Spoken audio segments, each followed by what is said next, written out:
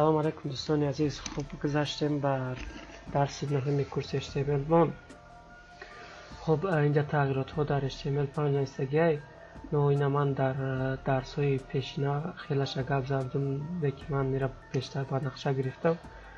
ноина гапам намезадем мешид, леки хубш ки ман якамтар аз ин бояд шуморо фаҳмонам ки шумо перепутат накунед ки HTML чияе, XHTML чияе, HTML5. хуб ман мира кратка мефаҳмонам, яъне кӯтоҳака.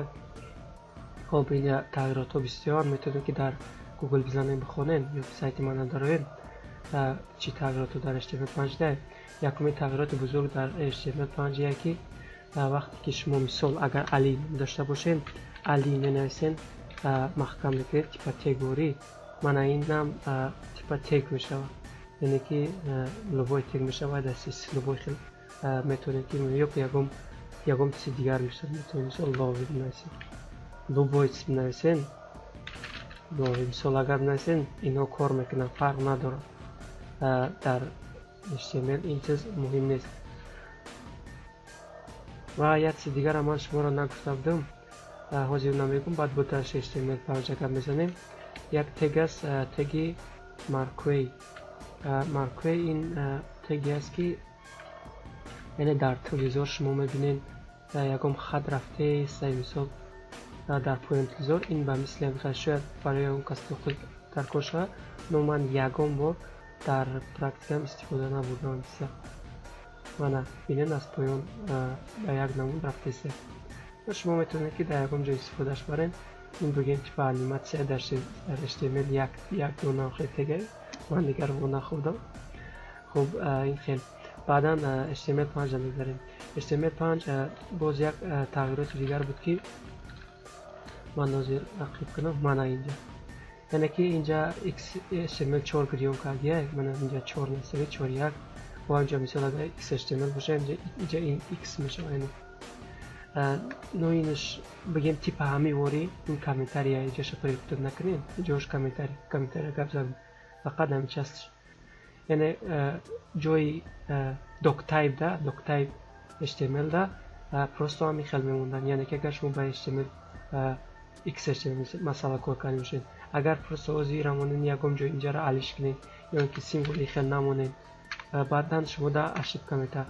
но агар шумо doctype HTML нависонед, инҷа чӣ мемонед последно слеш, чӣ намемонед, ин ягон ошибка наметавад, яъне ки хушрум башои шумо мебарорад. ман саҳифаро алиш кардам камдарҷоша. хуб тағиротҳо ҳамин буданд. но агар ман хуб фаҳмондатон натонистем, бо методем ки аз интернет бизанем бихонед ё ки аз сайти ман ки базуки мебара иншоалло аз ин бизанем бихонед ки чӣ тағиротҳо ҳай. ва як тағироти дигар шумо нагуфтам. ин тағирот ин аст ки мо инҷа контент навистем.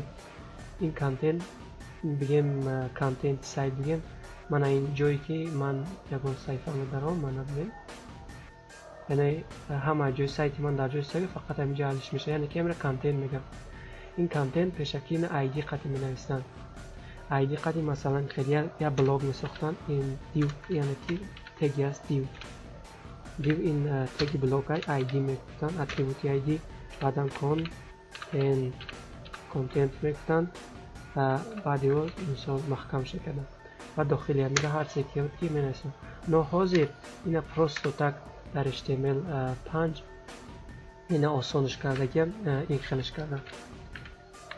мана ин хел, яъне ки ин хел ин вариант хубтар аст ё ин вариант хубтар, но ман бисёртар ина истифода мебарам, барои ки ман омӯхта шудагиам.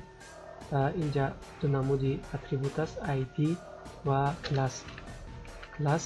инҳо бисёр истифода бурда мешаванд. шумо пашти дар любой ҷой, любой сомонада бо ин дута атрибут мо мехӯред. ва дар инҷа мебинед чӣ хел мебинед контент. ин ози современи сайтҳо ин хел нависта шуданд, мақсад ки дигар ин қадар теги бисёр истифода намебаранд, яъне ин қадар бисёр истифода намебаранд ки кӯтоҳака ки ин хел менависанд шуд. но инҷа бо ҳаст ҳозир ман гузарам. мана инҷа барои ҳамин гуфтасе ки яъне ки ID-ро истифода намебаранд. баъд инҷа аст мана ин хел теги футер яъне подвал мешавад. мейншам як намуди бигем